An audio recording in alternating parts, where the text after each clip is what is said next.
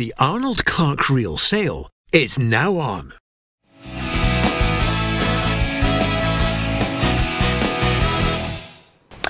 And Budge, welcome to the football show. I'm absolutely delighted that you've agreed to become a guest on the show, and we're in a fitting setting. Are you glad and do you feel vindicated that you waited that little bit longer to get this fabulous stand up and running? Yes, I mean we're all very, very proud of it, as I'm sure you're aware, Peter, but I think the key thing is we get one chance to do this. Let's do it properly. So yeah, let's take our time. We had to rush. You know, at the beginning of the exercise we absolutely had to rush to get the old one down and the new structure up, because we had to get back here as quickly as possible playing football. But everything else we really need to do once and do it properly. Yeah, the structure looks great. Still a bit of work to be done. Oh yes. Yes, we're working hard at the moment to finish off everything on the ground floor. I'm hoping, it's only a hope at this point in time and it won't really matter, but I'm hoping that the team will run out of the new tunnel before the end of the season, all of the changing rooms and all of the medic facilities and whatever having been finished. So they're working hard on that just now. They're also working hard on the top floor, because that's going to be, I hope, a fabulous restaurant with a great view. And it's going to be a good wedding venue.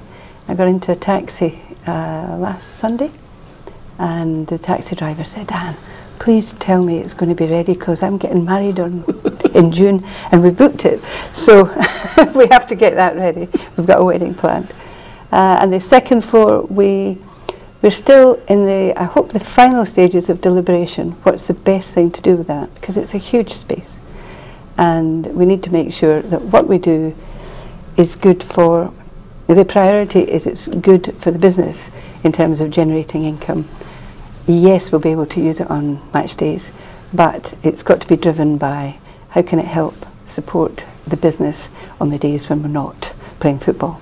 So we're taking our time to get that right. Let me ask you this, had you known what you know now when you first entered these doors as a potential saviour, would you have jumped in? Oh well, do you know, the first time I ever met Craig Levine properly, I mean I'd met him occasionally in the past, he said to me, "Anne, do you know what you're getting into?" And I said, "Actually, no I don't." That's why I need people like you. I might have been frightened off, if I'm honest, but I'm very glad I wasn't because I've thoroughly enjoyed it. Yes, it's never boring. It's been more of a challenge than I thought I was taking on. And similarly with the stand, you know, when you look at it, we had to do something, and so I spent months looking at plans, lying on a desk, saying, yeah, that should go there, that should go there. And then the thing goes up and you see the scale of it and you think, my goodness, have we got this right? So the scale of this undertaking, I hadn't appreciated. Yes, we're going to build a new stand with some, other facilities, but when you see it, yeah, it's scary. Had I known that, I don't know if I would have done that either. Almost 30 years ago, I started out as a young reporter at Radio 4th. It was a family club. There was a great feel. I knew everybody in here. I come back now and I feel as if Hearts are now back being a family club. One of the things that impresses me about you being at the helm of this club is you seem to have adopted your family values and put them into this club. That's quite a good way of putting it, actually. I think that's true. There are certain things which all of us believe in fundamentally. And I think as you go through life, if you're not true to your own values, I don't know where you end up. So I've always believed in simple things, like, what does this mean? But doing the right thing, treating people with respect, encouraging people to enjoy their work. At the end of the day, who wants to come? We all know what it's like if you're in a job that you don't particularly like, but you feel you've got to do it. We don't want that. We want people who want to come to their work, who enjoy coming here, and who actually feel that people care. Let me then take that a stage further. how do you solve the ills of society who use football as a platform for thuggery, racism, sectarianism, all the things that you abhor? It's a huge challenge, isn't it? Because these are, you're quite right, these are societal problems. They're not football problems, they're societal problems. But it's very easy to target a football audience. You know, it's a market that people can go after, if you like. I think you've just got to, well, the one thing I do keep saying is, just because it's hard doesn't mean we shouldn't try and tackle it. You know, so yes, all of the things you've mentioned are hard. They're hard to tackle. Football clubs have been trying to tackle them for years. But we can't give up. And I think one of the keys is really utilising your own supporters. We all know that it's a tiny majority in every club who cause these problems. And at the AGM yesterday, well, whenever, it was one of the things we talked about a lot. You know, how can we stop it? Because our supporters are embarrassed. You know, the majority of supporters don't want to see that behaviour. So we really have to call on them to help us. You know, we'll do what we can, and the key for me is we don't give up. We keep tackling it, but we need the other supporters to help us. I don't mean clipe on your next door neighbour, but help us identify that there is a problem in a particular area, and some supporters will speak up. I don't want them fighting on the terraces, don't get me wrong here, but I think those of us who share these values need to work together to try and tackle them. I saw the headline, a little bit sensationalist, I will close this stand, or sections of it. I think you bow to them. I think you give in to them then. You know, it's a case of, should it be more cooperation with the police to say, look, get in there? We're trying that. Well, I am pushing heavily for that within this club, because, as you know, the stewards get a lot of abuse. Oh, they're not doing anything. Well, the stewards are there to get people safely in and safely out. It's not their job to go in there and start, you know, arguing with, or fighting with supporters. But I do want the police to support us in every way they can. Again, I also understand that you have to be cautious. You know, 2 or 3 people going in to a crowd of 300 or 400 is not what you want. You're going to end up with some difficulties. But we do work really, really closely with the police, and I'm encouraging an even closer working relationship, because we need their support. We need technology. We're looking at the moment, as are a lot of clubs, at upgrading the quality of our CCTV to try and cover, if not every inch of the stadium, as much as we sensibly can, so that we can more readily identify the people who are causing, you know, the ringleaders, if you like. So there's all sorts of things we have to keep trying, but I think the key is we don't give up. Let's look at the positives. The majority inside the stadium, I know a lot of Hearts fans come here, a lot of other fans say it's a fantastic stadium, it's got a great atmosphere, it crackles along in a game. So from that point of view, when you look at the people who are backing this side, that must fill you with tremendous optimism for the future. Very much so, Peter. And you know, I agree with them completely. When this stadium is being used, even if it's not 100% full, but you know, we always have a good crowd. The atmosphere is fantastic. We've got tough supporters. You know, the players know when the supporters are not happy. That's fair. But yeah, it's a magnificent stadium, and we're going to do everything we can to make it even better. You know, that's what we've got to keep doing. We've got to keep pushing, make it a better experience, and very much along the family route. Here's the questions that the owner knows come thick and fast, which is basically, yeah, you want to make it a better experience. I always say, for every fan, they just say, just put a winning team on the park. I mean, how difficult has the last couple of months been? Top of the league, and I thought to myself, Hearts could easily finish top 3, and then all of a sudden I'm looking, I'm thinking, what's happened? I know. Well, as you say, at the end of the day, fundamentally, the hardcore supporters, if I can call them that, they just want us to win. It doesn't even have to be pretty at times. but they want us to win, they want us to be successful. And I have had criticism. Why she's wasting all this money on the infrastructure where she should be putting it into the players. Now we've worked really hard actually, Peter, to make sure that sometimes I have to remind myself, you know, I'm running a business. I felt as if I've been running a construction company for the last 2 or 3 years, and every so often I have to say, hang on a minute, we're a football club. You know, first and foremost, we have to do what we need to do to strengthen the team, to support the team, etc. And that's why, you know, we spent nearly £1 million on a new pitch. Yeah, it's part of the infrastructure, but it's also to help the team. Yeah, we want to have the best team, we want to win, but equally, we are a family club, and we are trying to appeal to, well, more and more women come to football, as you know. And also, every club knows that what we have to do for the future is win over the kids when they're 7 and 8 year old, you know. So these are the things we're focused on. The kids at this stage, yeah, my 2 grandkids come. They always have their iPads with them, you know, so they get a bit bored and they do something else. But you want the kids to enjoy it as well. I want all the supporters, regardless of man, women or whatever, to support it. So you've got to give them a wee bit more. Giving them a wee bit more. You've got David Vanacek coming in January.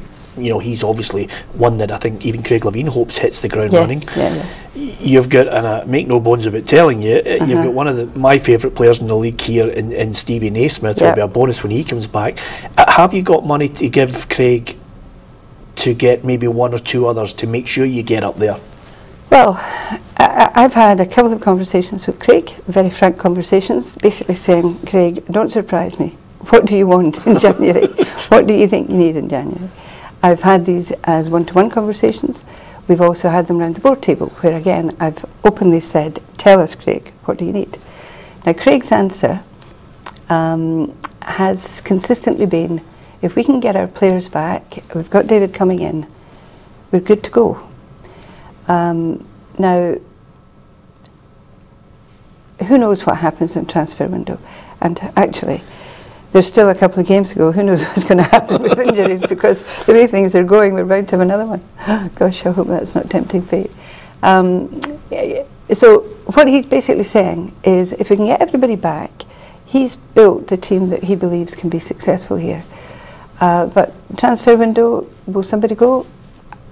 I don't know. You know, we can say we're selling nobody, but at the end of the day, if an offer comes in and it's right for the player, right for everybody, then it might happen. In which case, I know what he's going to be doing. Yeah. He's going to be saying, now, I know I said, but... Can I have another player? So the bottom line is, we always remember we're a football club, and that takes precedence, actually, although some people might think it doesn't. It does.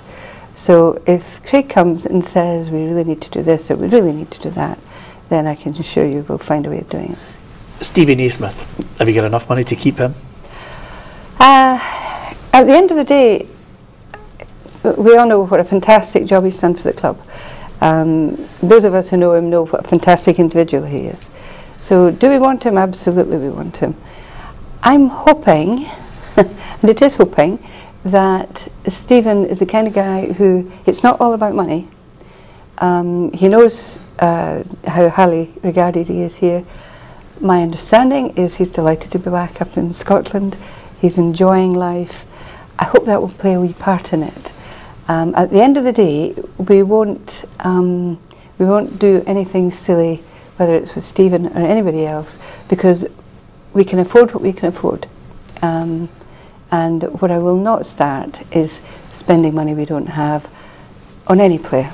We have to take the bigger, longer term picture. So I will do my damnedest, but I'm hoping that Stephen will take other things into consideration as well. Let me ask you this. Many a player or a manager would die for the relationship you have with Craig Levine. Is he bomb-proof? Oh, I wouldn't say, I mean, clearly nobody is bomb-proof, but the way I view the relationship is, when I got involved in football, I asked Craig to join me to help us basically sort out the football side of things, and I'll try and do do what I can on the other side. And I said at that point, this is a long-term commitment that I'm making. It's a long-term relationship. I do not want to get into the, oh, we've had a few bad results, let's react. That's not sensible. I don't think it's sensible in any football club, but equally I know it happens. And I understand the reasons for it. As far as I'm concerned, Craig's been fantastic for this club. He did a terrific job as director of football. He stepped in when we needed him to step in to take on the manager's role. He will have my backing all the way. You know, he's his hardest critic. If anybody says, you know, this isn't working, trust me, the first person to say it will be Craig. But that said, we've got a board, you know, and at the end of the day, you know, we do have to look at all of these factors. We do have to look at what the supporters are doing. So is he bomb-proof? No. Does he have my absolute support and backing? Absolutely. Do I expect him to be here for, you know, as long as I am and hopefully beyond? I do. With that in mind, you know, you're going to hand this club over in a good, you know, good structure. Yep. Financially, the figures are out and it's looking good. But at 2020, if the Foundation of Hearts said, look, we'd like you to stay on and be the leader, would you do that? Yes, I've been asked that, you know, a number of times. At the minute, as you know, I'm the owner, I'm the chairman, and I'm the chief exec. That's quite demanding. But clearly, I would no longer be the majority shareholder, so that knocks that one out. Would I continue 5 days a week or even 7 as chief exec? I don't know. I would for a while. There's no way I'll walk out, you know, on a given day. Once I feel we are in a situation where we have the right people to do, you know, to really look after the club moving forward, and I'll happily start, you know, stepping back. Would I consider being chairman? Yep, I would, because that then keeps. I'm very close to the FOH. I'm very close, obviously, to the club. Chairman of the board would allow me to carry on all of these things. The crux for me, when I stand back, it's going to be about: am I still adding value? Am I still in good health? Can I still do it? If the answer to all of these things are yes, then I'll still be here. The minute any of these things change, then I'll plan a transition. Here's one out of left field that you might not have thought about. Would you like to take on a greater role with the SPFL? It has been a bit of a men's club. It's a hugely challenging job. If I was a bit younger, Peter, I'll be honest, if I was a bit younger, I'd love it.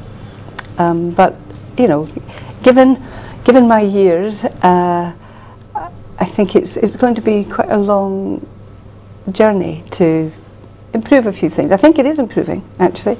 I can see quite a change in the way things operate at the SPFL over the 4 years I've been involved. I think it is getting better, but you know, you need somebody who's going to be here for the longer term, and at my age I don't think that can be me. If you could implement one thing in football that hasn't been implemented, and this is from a personal point of view, what would it be? Ooh. There's a kind of an obvious answer. Well, is it obvious? I do believe, I remember my first year in football, I was actually on a trip with the SFA, and I was talking to Stuart Regan at the time, and I said, I don't understand why football are not using more of technology. You know, why on earth are we not putting in VAR and, you know, whatever else? And at the time it was, well, you know, it's money. There's no particular appetite for it. It's not well enough proven. I think we've moved on, well, we have, it's not I think, we have moved on substantially from them. I think that's a simple thing. Yes, it will be costly, moderately so, but it is a relatively simple thing that could be done that I think would help the game, certainly the Premiership game and the you know, the professional leagues. Do you think it'll happen quickly? I think there's a growing, growing momentum behind making it happen. I think we might all have to stand up to the mark. Yes, there's costs involved. Speaking personally, if we had to give something up in order to make that happen, I would give something up, obviously as long as the other clubs do as well. Yeah. So I think we all have to work together, because, you don't sit at meetings and find chief execs or chairman or whatever criticising referees for the sake of criticising them. Everybody knows that it's an incredibly difficult job, and our job should be, how can we help them, do it better? Yeah. Nobody wants to make a mistake. So that to me is a relatively obvious one, although I have been told that it's not necessarily popular, with the supporters when you implement it. That they feel it kind of destroys the flow of the game and whatever. Because I go to rugby internationals from time to time. I watch rugby from time to time, and I just see it as enhancing the game. I know it's a different game, Yeah. but if we all work together, I think we could help address a problem, and also make it part of the whole theatre of being at football. If we get VR, though, the downside to that is it takes 20 minutes off Craig's after-match press conference, because he feels likes to learn on the referees, doesn't he? He's in a bit of hot water. Well, he is at the moment, although in his own words, he said he's got better as he's got older. It's just every so often, and I think a lot of the managers are like this, every so often, it just seems to be a bit more than they can keep quiet about, and they feel they have to come out and say something. So yes, it's not been as bad as it might have been. I understood that Craig's reputation when I first got involved here was such that I was going to have a rocky ride. It's not been that bad, really. Just make sure you get the first punch in. I'm looking around, just to finish, I'm looking around at some, great games, some great memories in the history of this club. It becomes ever more difficult, you as a fan and an owner, dealing with fans, the expectation always rises. How do you somehow try and deliver that bit of silverware when, the other clubs are getting stronger again? I know. It's actually a challenge that I think Scottish football are trying to take on as a group. What can we do? I mean, why is the gap getting wider? And it's largely because of the influence of European money. So the clubs who are regularly in Europe benefit financially, as do we all, I have to say, but they benefit financially quite substantially. So we have to say, how can we help other clubs, whether it's Hearts, Hibs, Aberdeen, whatever, how can we help other clubs improve to the point where they have a much more realistic chance of being able to compete competitively in Europe. Some of us get in, we got in ourselves a couple of years ago, a couple of games and we're out of it again. So you don't just want to, yes, of course you want to qualify, but you want to have a fighting chance of really being able to get into the competition. And I think that's all about, we talk a lot about the fixture congestion. There's always talk about, should we have summer football, would that prepare us better? There's all sorts of things. And I'm a little bit like a broken record when I go to Hampden. I'm always saying, let's go back to basics and explore all of the underlying issues, but let's get right down to the bottom and then start building back up again. So should we look at the fixtures? Should we look at summer football? Should we look at whatever? But until more of us get into that European football situation, the gap is going to get bigger. Now, we've just introduced a new European competition, so there's things happening. It'll take a bit of time, but we're not the only club who want to play regularly in Europe. I'm not the only one that stands up at AGMs and said, we want to finish in the top 4. I'm sure everybody does the same thing, So yeah, I think we've somehow got to crack this. How do we become more successful as clubs in Europe? I'm going to finish on a positive note, because I think you sitting here will be an inspiration to many a small girl, many a businesswoman who's working their way through their life. You're not an overnight success. You've worked hard at this game. And you've got across the city Leanne Dempster doing a sterling job at Hibernian. Would you like to see, and do you think there should be an effort to bring more women into the game to offer, purely on the basis that they have something to offer professionally? I do. I mean, if I go back to my earlier career, my view was, when I was recruiting people, I worked once for a female-owned, female-run IT company. 90% of the workforce were women. And I was asked to set up their operation in Scotland. And I said yes, on the understanding that I recruited the best people, not just women. So I don't think positive discrimination in favour of women is any good to anybody. But I do think, whatever the job, you've got to get the best person for the job. I did it all the way through my career in IT, and you know, we had at least 50% women in the workforce because they were, you know, best qualified for the job. I had a fairly heavily biased senior team in my company as well who were all women, but that's because they were the best people for the job. So I think the key is helping girls, helping women understand what the opportunities are in these industries that they might see as, oh, they're male dominated. Well, only because, you know, they don't have to be.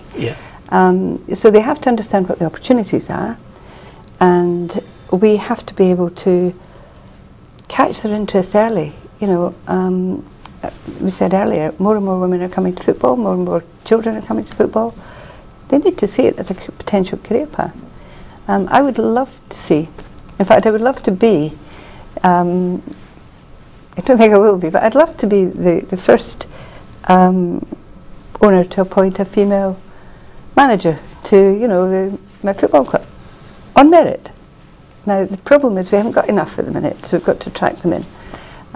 Attract them in and give them equal opportunities. And it's been an absolute delight having a chat with you. Thanks very much for your time. Thanks very much indeed, Peter. Thank Brilliant. you. Thank you.